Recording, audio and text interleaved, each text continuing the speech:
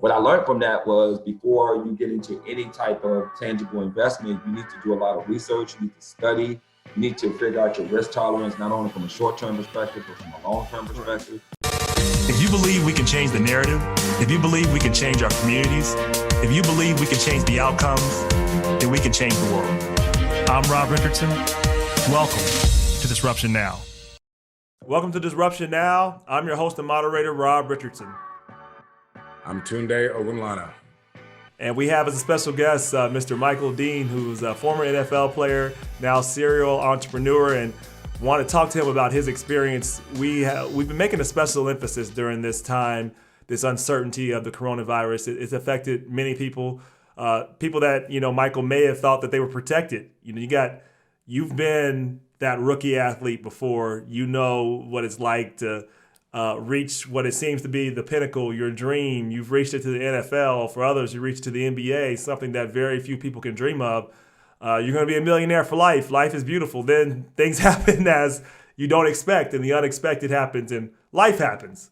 And the unexpected has happened to a lot of people right now, including athletes who don't know what or when or how much they're going to get because the future's uncertain and the times are uncertain. Take yourself back to that moment when you first got there, knowing it seemed like you had the world in front of you, and try to put yourself in the current position of athletes right now. And I think athletes are in the same position that many other people. What would you tell them right now based upon your experience, and how should we proceed? Well, first of all, Rob and Tunde, thank you so much for having me, man. It's been an honor to join you guys' platform. That's a great question. And, when you really peel back to the initial dream of any professional athlete, from when they initially started that journey, that was part of the dream. I'm going to make it. I'm going to not only take care of myself financially for the rest of my life, but I'm also going to provide the foundation to take care of my entire family for the rest of my life, right? So that's part of the fuel that these athletes tap into on a daily basis. And so when I think about myself at that time period, and I was, an undrafted free agent rookie with the Carolina Panthers, so I didn't come into a abundance of money, but I still had a thought process just the same of I'm going to make it, I'm going to make this money, and I'm going to expand it to build generational wealth. And so, when you are faced with the unknowns that we're currently facing, especially from a professional athlete standpoint, to where we call it the template. You declare for the draft, you get an agent, you get a financial advisor, and the age-old adage of you guys focus on the court or you guys focus on the field, we're going to take care of everything else,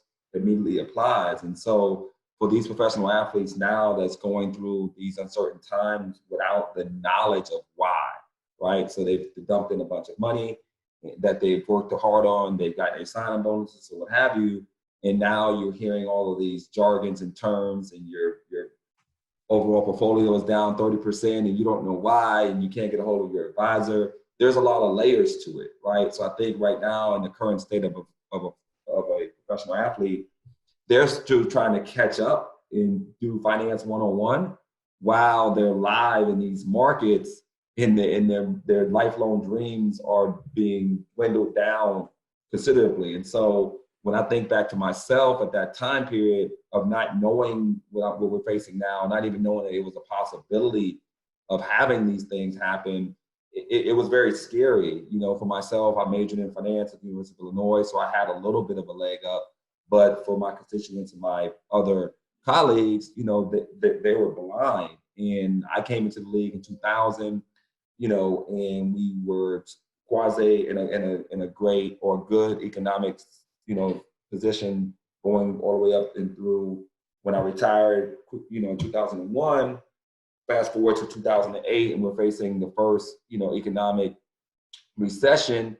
And I remember at that time within the athlete world, real estate was really booming, right? Yeah. It was a really big, discussion in the locker room. Everyone was going to be the next real estate mogul. Yeah, everybody. Everybody, right? It's raining money. It's raining opportunity. We just do it.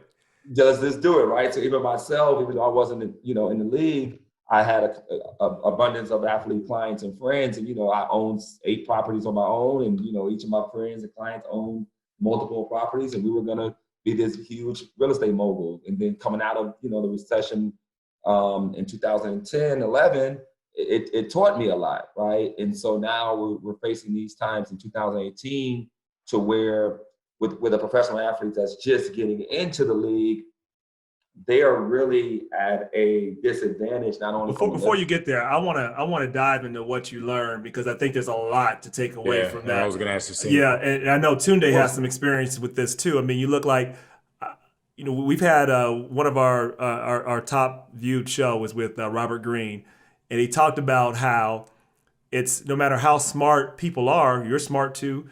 We find ourselves following the crowd. Particularly when it's about not wanting to miss out on a chance to get rich.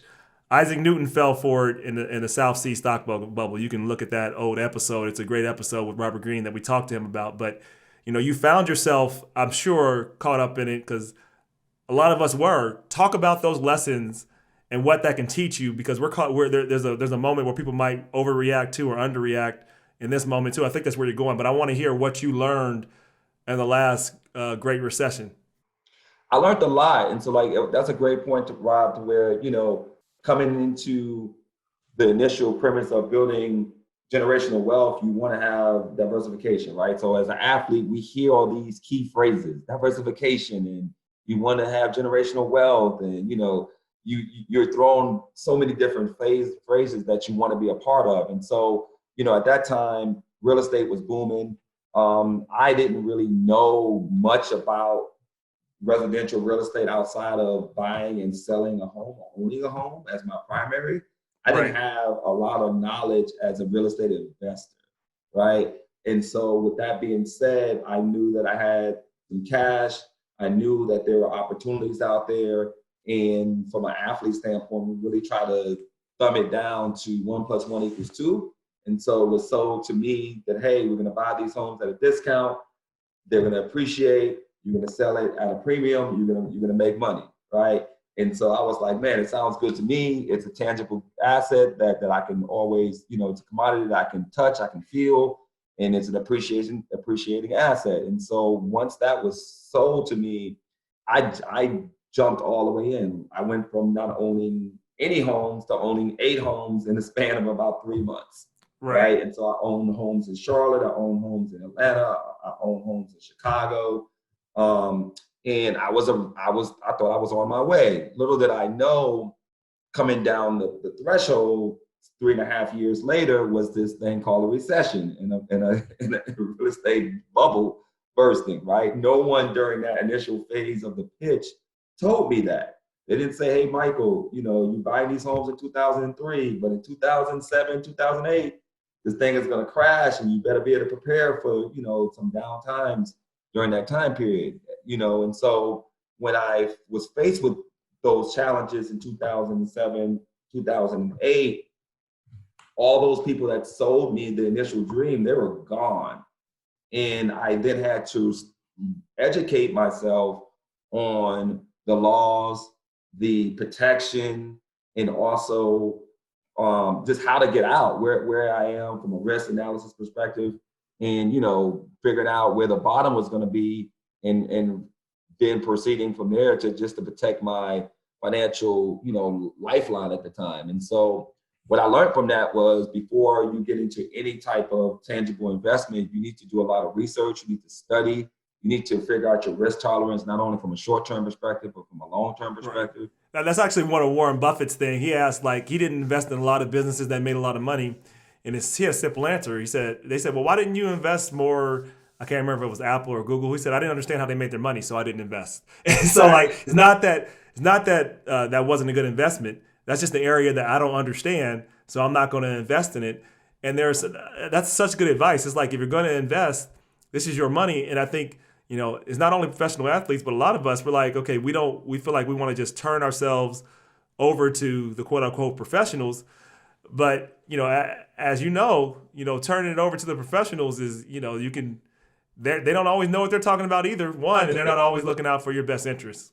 And most importantly, Rob, with the athletes, we're normally thrown into the speculative deals. We're not thrown into the class A, can't miss deals. We're normally thrown into the ones that have high risk, right? and hopeful returns. And so High risk and hopeful returns. right, not knowing that, because you look at it from a overall perspective. Hope is not a good strategy when it comes to finances. We need some data. Yeah, and so that was the thing, because normally with an athlete, especially when you get to the respective leagues, you're thinking just like every other part of your life. When you walk into a restaurant, you're ushered to the best table. When you walk into the nightclub, you're ushered to the best table. You're getting the best, physical regimens out there. We're getting the best of everything, right? And so it's so weird that now when you go to the financial world of an athlete, you think because you're with the Morgans, you're with the UBSs, you're with the Goldmans, right? You're in their private wealth group, right? You're thinking like, yep, this is universal to everything else I'm receiving up until this point of having the top of the top. But when you really peel it back to its granular form, you are in the speculative deals. You're not in the deals where the primal information is being distributed so that you can make an educated decision. So you're really making tangible decisions with very limited information. And so like for myself, when I peel it back to those time periods of purchasing those real estate properties, if you would have had to ask me at the time, hey, Michael, what's the average appreciation for those properties in that area per year? I didn't know, right? If you had to ask me, hey, like what's the rental amount, average rental amount, or, like infrastructure, like what are the things you need to be a successful landlord? I didn't know, right? Like all those things I learned on the fly once I signed that HUD statement and those closing documents. And so what it did to teach me though was coming out of it was how to be immersely prepared for the next opportunities. And I knew that because I was a professional athlete, I understood what doors that phrase opened up for me. And so I really started to sharpen my sword in making sure that I use that platform to open those doors, but then also still educate myself before making those type of decisions moving forward. So how did you overcome though the point you made earlier about being an athlete, and essentially when you're good early on, starting probably in middle school, people give you preferential treatment. Absolutely. Right. And I think with, and I'll say this, with Black men, they give us preferential treatment and sometimes lower the academic expectation. Absolutely. Like I've been in the room, and I wasn't as good as you, but I've been in the room with people as good as you. and I've heard, I had a coach even say that, why are you taking these advanced classes? You need to just be focused on the game. I'm like, what in the hell? So my question, and I want to jump to Tunde for a question. How did you overcome those I guess stereotypical expectations? We got the bad deals a lot because of that. I mean, racism still exists. The construct still exists. You can make money, but people still see you a certain way. You're not on that level. You don't have that level. How do you work against fighting against those stereotypes in your own life so they don't actually play themselves out? Little did I know, Rob, when I was going through what I call my own personal journey, was that I had an amazing infrastructure that I was able to walk into. And that infrastructure was, I'm the youngest of three. So I have an older brother who's 7 years older than me. I have an older sister who's 5 years older than me. And they were amazing students. And so they put together a blueprint for me to follow without me even knowing it. And so they both majored in accounting at HBCU at Bethune-Cookman University. My parents as well were both, educated individuals. And so at the time, because I was born into that infrastructure, I didn't really know that cocoon was built around me until I got into college. And like you mentioned, these other platforms or locker rooms, and I saw everyone else's infrastructure. And then as I got older, I was able to go back and really break it down and say, wow, I was really blessed to come from a two-parent household. My parents were married 50 years. I had an older brother and older sister. So when I would face those similar challenges, Rob, that you mentioned, and the coaches would come in and try to have us take lesser classes and not the magnet classes and, the basic math and the basic science just to stay eligible, my parents and my brother and my sister was not having it. You know what I mean? And so they would be the ones, and I would be upset with them. Yeah. I want to be with my friends. You know what I mean? Why am I taking I get it. when everyone else is taking math 1? You know what I mean? And so I would be upset because I wanted to be with my friends. I didn't want to stand out and be singled out but they always had the fortitude to understand what was coming ahead of me, and understand that at some point my athletic ability was going to wane. Yep. And at that time, my mind was going to have to pick it up. So at the time, I started playing football when I was 5 years old, right? I was 100% athlete and 0% quasi businessman at that time. When I retired at 23, I was 0% athlete and 100% businessman. And I clearly understood. I had a lot of epiphanies in my short time period in the league of understanding that my time as an athlete was coming to an end. But I also had a smile on my face because the same energy and the same confidence that I had in my athletic ability, I had in my mind and in my, business acumen moving forward. But it was mainly due to my parents and my brother and my sister. And I think that's such an important. I want to get to you too, and Dan, I want to say this really important point. I think we have to work harder to disrupt this with our youth, to tell them that no matter how good you are in athletics, absolutely, it's not going to work out for you long term if you don't develop this. I don't care how good you are. And you want to look at the great ones, the real great ones, like Kobe Bryant. Kobe Bryant made most of his wealth post, even though it wasn't even that long, right? So like people have to understand, like, developing your brain is not wasting your time as an athlete. It actually makes you a better athlete. It will make you more money.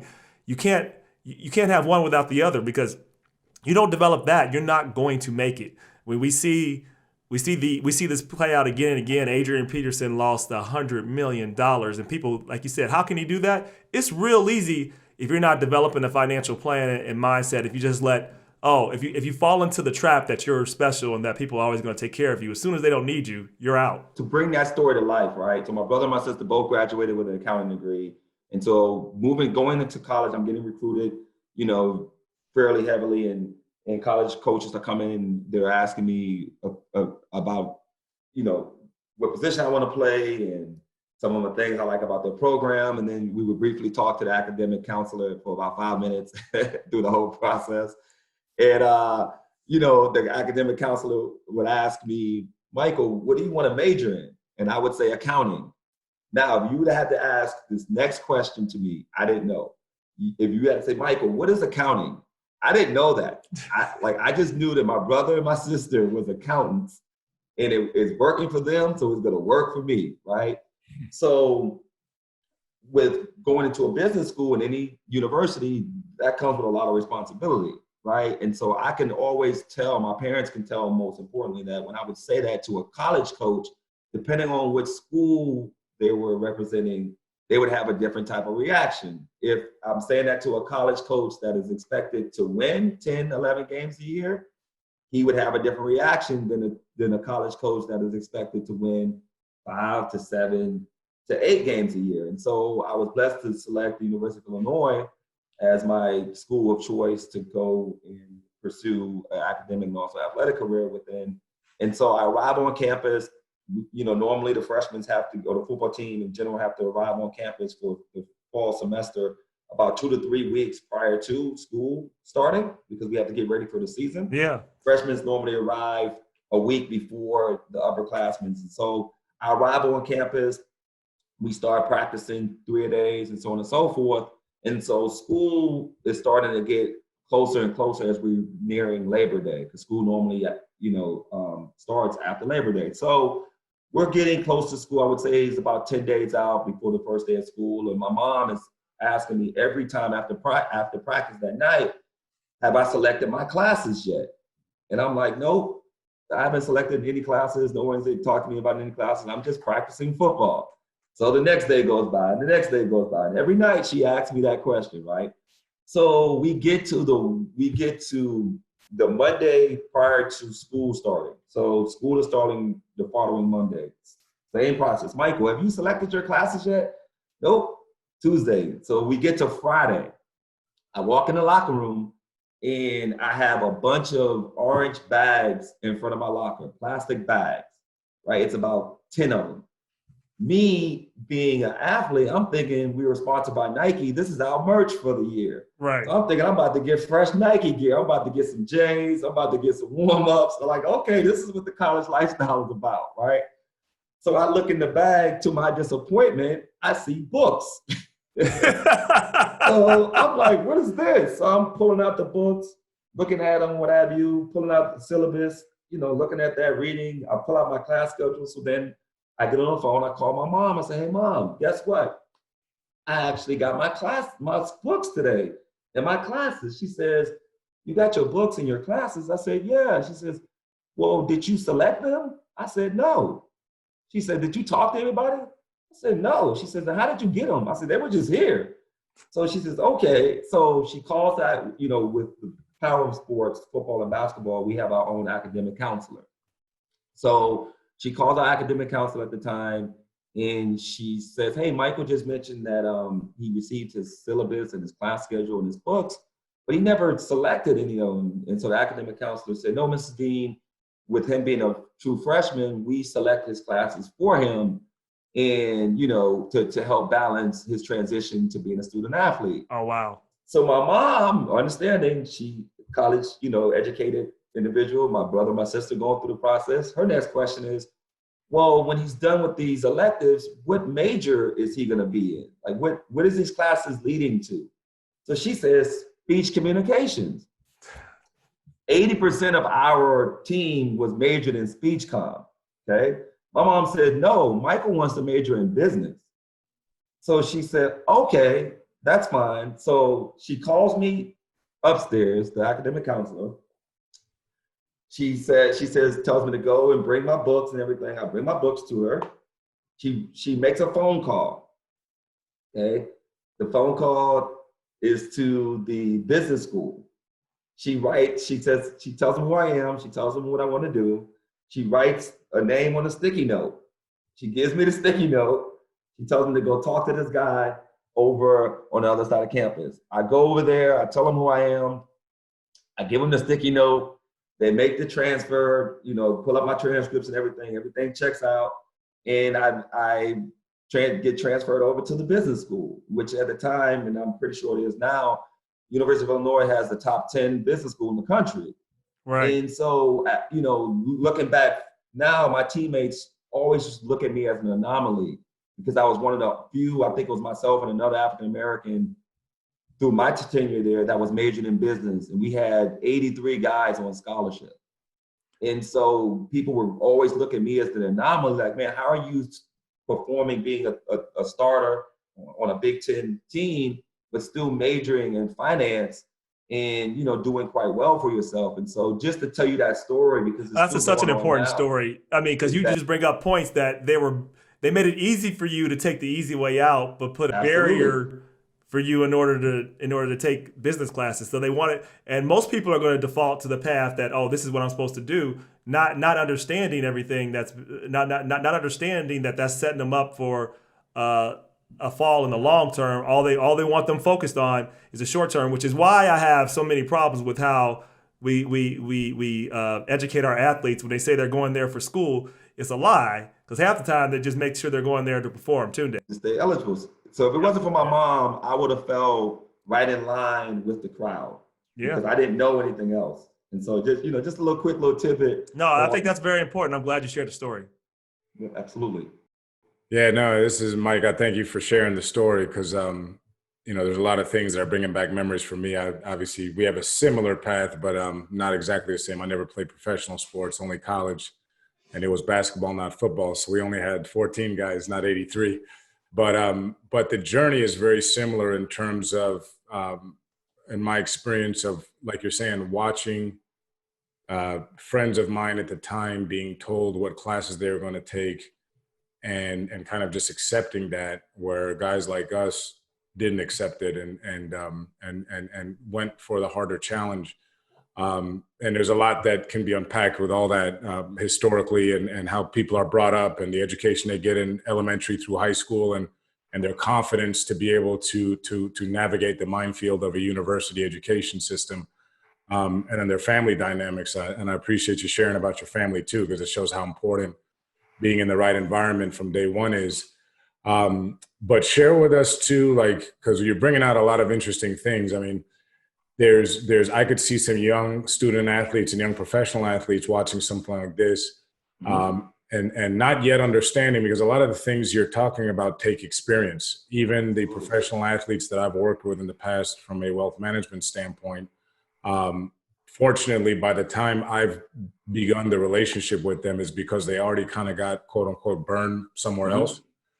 There was a little bit more ability, not only to trust, I mean, that has to be earned and built over time, the idea of trust, but more like the idea of not chasing everything. Because you bring up a good point where, because guys are so young when they're coming into this money, you know, most obviously professional athletes are probably in their early 20s when they're getting these huge contracts. They don't yet have the life experience to know, number one, how to deal with kind of the shysters and how to spot them.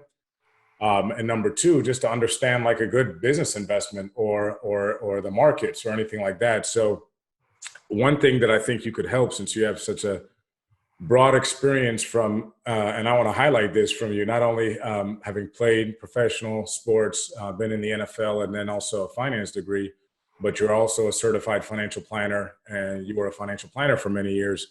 So I think you have a unique ability to kind of share with the audience, like what should people look for when they're looking for an advisory team, number one. And this is not just athletes. I mean, this is anyone watching, just, you know, when you're selecting your attorney, your accountant, your financial advisor or financial planner, like what should they be looking out for? What questions should they be confident to be able to ask, even if they don't feel they have a big command of finance or investments? There's still certain key questions that people could ask.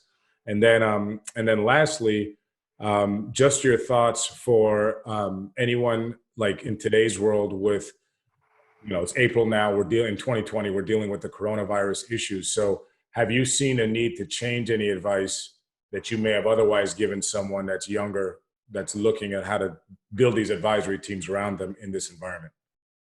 Yeah, and that's a great question, Tunde. So I'll kind of peel it down and answer each of them in segments. You know, I think from an advisor standpoint, one of the key things that an athlete should look for, but also anyone that's in the position of being an accredited investor, is initially in a relationship, right? Like, do you, or can you really see yourself having a relationship not only with that firm, but with that individual advisor? Because as you well know, the pitch is to be where that person is going to be with you throughout your whole life cycle of your financial well-being, right? It's not a 1-year decision. It's not a 5-year decision. It's a 30 to 50-year decision. And a lot of times athletes condense it down, or accredited investors condense that relationship down to a very granular form. And they need to expand it out to say, first of all, do I have a relationship, or can I build a relationship with that person?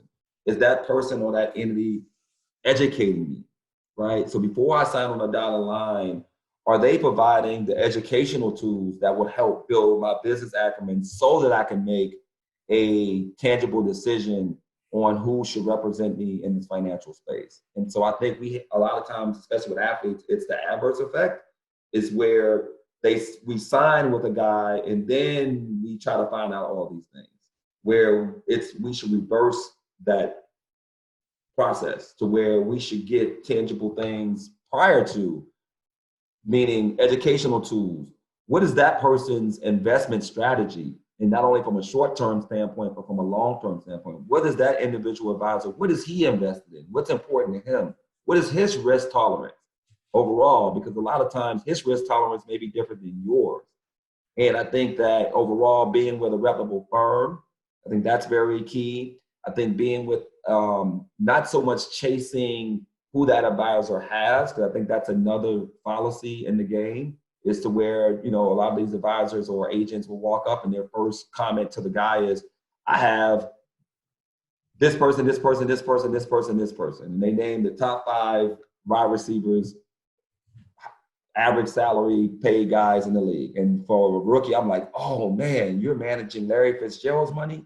Then wow, I feel honored to even have you talking to me, because I'm an undrafted rookie. You know, I should be thanking you. It's like, no, it doesn't matter who he's managing. It matters how those portfolios are performing and how the relationship is. How has he helped that athlete or that colleague educate himself. And so with myself being a former, With that, I think you're driving to a really important point. If I can just interrupt you for a second, how I simplify what you're saying is something like Einstein said. He said, look, if you can't explain it to a 6-year-old, then you don't really understand it. And when you're dealing with an advisor, I think, who is trying to talk to you in a way that, like, oh, you can't understand this stuff. It's too much for you. Don't worry about it. Just go out there and play football. But I have this, and they're not willing to explain it and respect you enough where they can explain it to you where you can learn it. Because none of this stuff is, I won't say it's easy, but none of it can't be learned. It can be learned. And it can be taught. And if you don't have somebody that's willing to teach you, that should be a warning sign. I think is what you're saying. A second, yep. And I want to get to is that, how do you get people to not fall for the, oh, this is Merrill Lynch, so going with an independent advisor is, you guys don't have it because I have to go with Merrill Lynch. And a lot of times they don't give them the same scrutiny as they might give, a Michael or a Tunde. Talk about the, how hard we can be on ourselves, particularly I'm talking about Black athletes now too. How we need to just make sure we're being equal in our treatment and how we evaluate who advises us. Yeah, because it's a huge thing where, we all have fell for in one stage or another, to where, unfortunately, the overall perception of African Americans in the professional sports space is frowned upon. And so when we walk in a room and we see 5 individuals that's vying for our business, and one of those individuals are Black, we immediately put up our guard to that Black guy, because we're like, he comes from the same cloth as us, and we look at them as hustlers, especially if they're young guys. That was one of the things that I faced very early in my financial career, being young, being the same age as guys, is that they looked at me as a hustler. Even though I came from an accredited institution, I had all of my certifications, right? They still kind of had their guard up for me because, unfortunately, of the color of my skin. And it's just a thing that, as you well know, is going back to test of time. It's just something that we have struggled to How'd you work to overcome that? Because you obviously had success. Right. And that's the thing, to where with myself, going back to when I was 23 years old and out on the market of recruiting guys, one of the biggest things that I initially did for my guys was to build that trust. I taught them with no fees. Right. So I told them, hey, send me your stuff, or I'll get on calls with them for people that was pitching them. And I would really break it down. And I was able to articulate myself to the athlete. And I would educate them, not from where I want them to be currently, but from where they are. Right. So I would really peel it down. I would really articulate it to where they understood exactly the scenario. They were able to be extremely diligent in their conversation and their understanding. So you provided value before you got money, which is something I think people think you go into it like everything. And of course you got to make money, but people don't realize the way to get there is to add value first, build trust. Then you get value back once you've given it. Absolutely. Because for me, I really wanted to build and still am building long-term relationships. And for us to grow, I used to tell my guys all the time, for us to grow as a firm, we need you guys to grow individually, from your business acumen, from your understanding. I want to continue to evolve and grow our conversation, because that helps us get into bigger and better deals, because our acumen matches the deals that's being pitched to us. So that's this moment too. I think if you bring it back to the moment we're in right now, I want Tunde. I know Tunde has some questions too. And this is Tunde's philosophy too, because I work with him. He's about building the relationships, building the value. Where some people think the only way to do it is you get a transaction. The only way I'm going to deal with this person is if I have to get paid right now. And you know what? That's such short-term thinking. Understanding that right now, a lot of people don't have money in the coronavirus world. Like, this is people that have money don't have it. People that have some money are figuring out how to hold on to what they have. So if you can figure out a way to be strategic and be long-term and hold on long enough to provide value while not trying to get an immediate return. I know this is hard in some people's world if you have immediate needs right now. But I think if you can build towards it's primal in situations right now as well, because these times is where the relationship kicks in, right? Because you have to pivot, you have to figure it out, right? And so at these times, I could almost promise you have a lot of advisors who have these guys in heavy, fee-based, low accounts that they've been paid up front, right? Yep. And now, because they've already gotten their money out of these athletes, They're letting those accounts get down to a margins call. They're calling these guys, hey man, unfortunately the market is down 30%, but guess what? Your account is only down 21%. They're not explaining why it's down. They're just like, hey, but unfortunately we had a margins call. We need for you to wire transfer 100K to stay, in this private wealth group. If not, then we'll just convert your account to the smaller group, and they're kicking guys out. And they don't have a relationship with those guys. They're not pivoting. They're not like, hey guys, the market is doing this. Let me sit down and reassess where you are and pivot. And then most importantly, which is another thing I did for my guys and we were still doing with Axel, is I found other means of revenue for these guys. I helped them get endorsement deals. I helped them get, diversification there. Well, know people that understand your value, because in the Black community in particular, I've said this before, money flows through us often. Like there's a lot of money being generated from us, but it's not coming to us. And it's time for us to understand our value. So I'm glad you're looking at it that way. And the people like you make sure that they understand their value up front, because you're a very valuable commodity. I don't like to say it that way, but you are in some ways.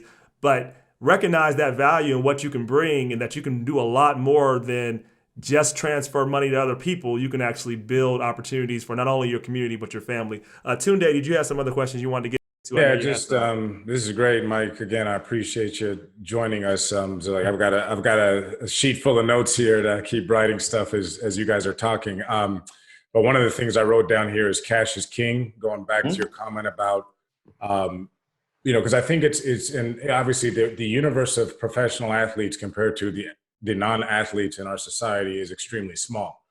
So I think the statement I'm going to make, I would include young professionals that are doing pretty well at a young age. So I would say, whether you're an athlete that has, $1 million contract at 22, 23 years old, or maybe you're a professional in corporate America that's 25 years old, already making, a couple $100,000 a year or late 20s. There's nothing wrong with being in cash. Nope. A lot of people always can try and say, oh, just because you're young, you should be buying stocks and all that. But to Michael's point, if you're uncomfortable with watching your money swing around or having losses, I've always found that if people understand what they own and they understand the system with which their money's in, like how the markets work, they're more comfortable to leave it alone when things fluctuate so that they actually can make money long term, versus being the average investor, kind of retail investor, which is instead of buy low, sell high, which we all hear, most people emotionally, they buy at the top and they sell at the bottom. And so I would rather tell a young athlete, just sit in cash till you're 30. Yep. Keep learning how things work, the markets. And then to your point, Michael, like the market isn't the only place where people should be anyway. I mean, I know a lot of people that are wealthy that never touch stocks. They've owned businesses, they've owned real estate, other things. So when you're looking at true financial planning and wealth management and all this, it's not just talking about the stock market. And I think from someone that's in our industry, I feel like the stock market gets way too much attention. Obviously, Wall Street is a very dominant sector in our economy. So, they want us to all feed the beast in a sense. But there's other areas in life that folks should be looking at.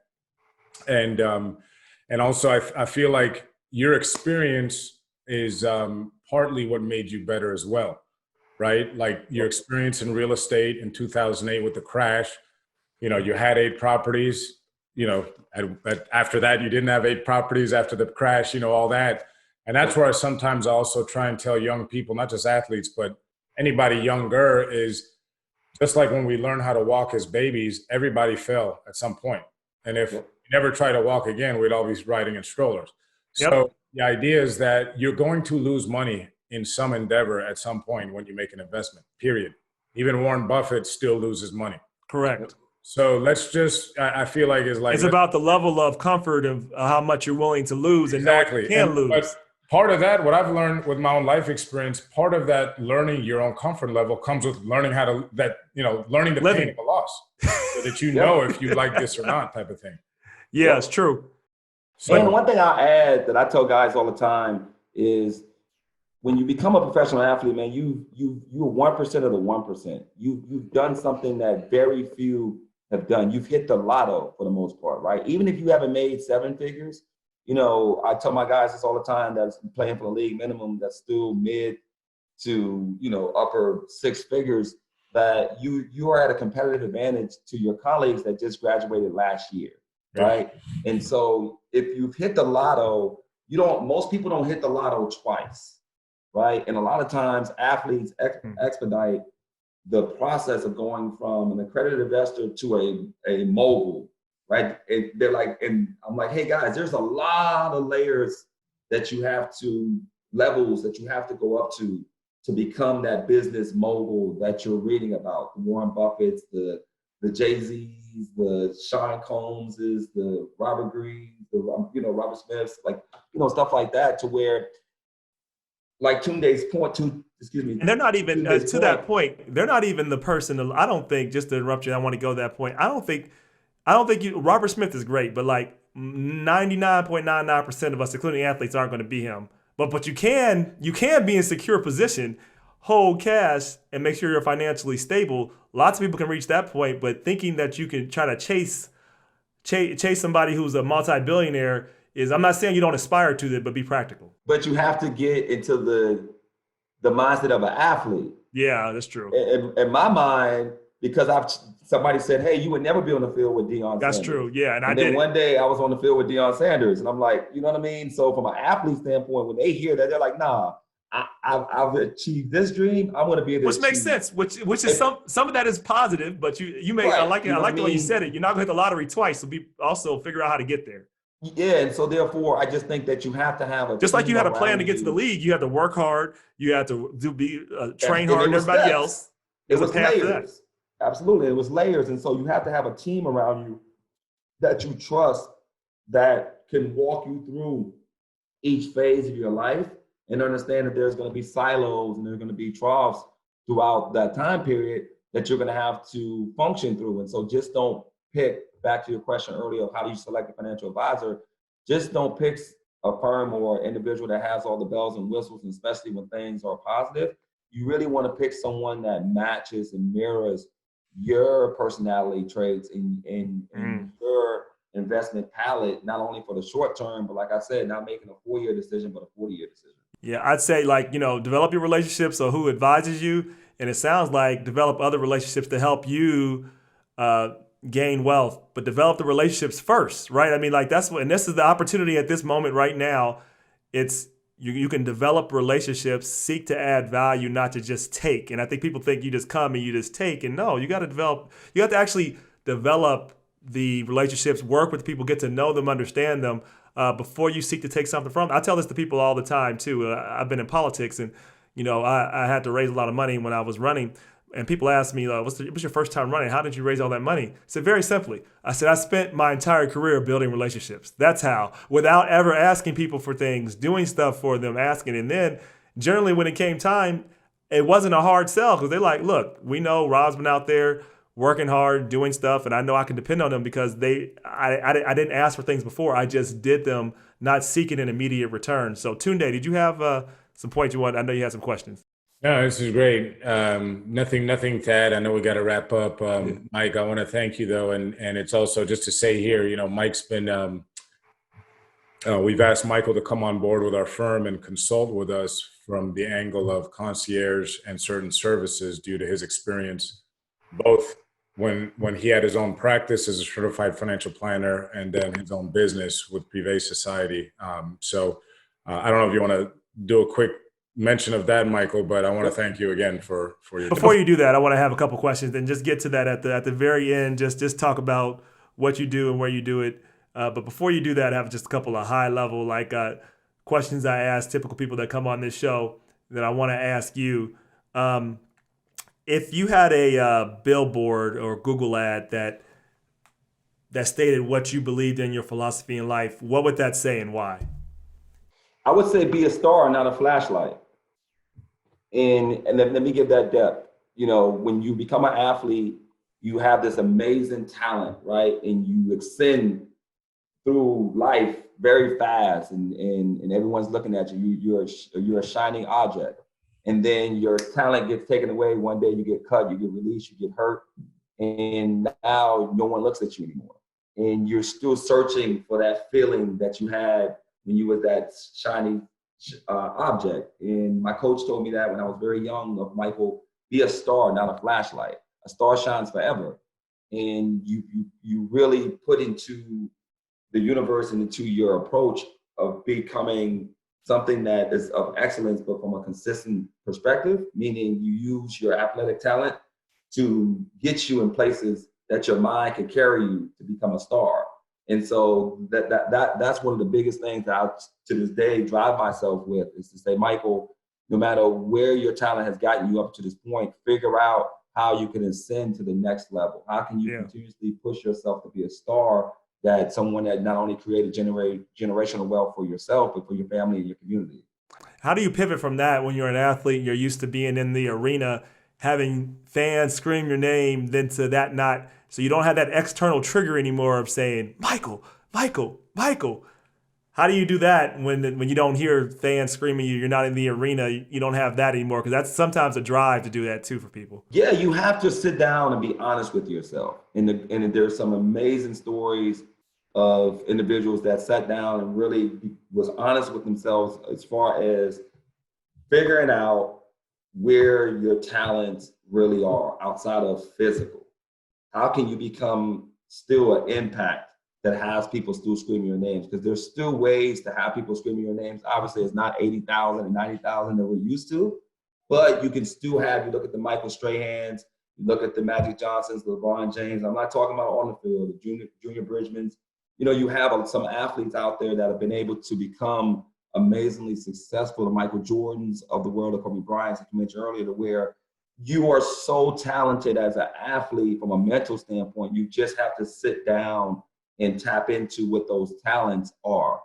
And I think that if you're not an athlete, you tap into what those talents are. Athletics is just one example of the many, right? Exactly. But if you sit down and you really become honest with yourself and figure out where your passions are, figure out where you can make immediate impact, and then also tap into all the important characteristics of an athlete, like hard work, dedication, sacrifice. That's the field that takes that jet to the next level, right? But you first have to sit down and figure out what you're passionate in and how you can make an impact in that field.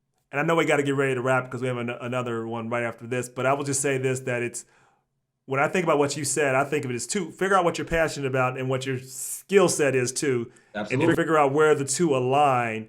Because I believe going big there. This is an area that I don't believe in diversification. And it's an area where your strengths and where your passion is.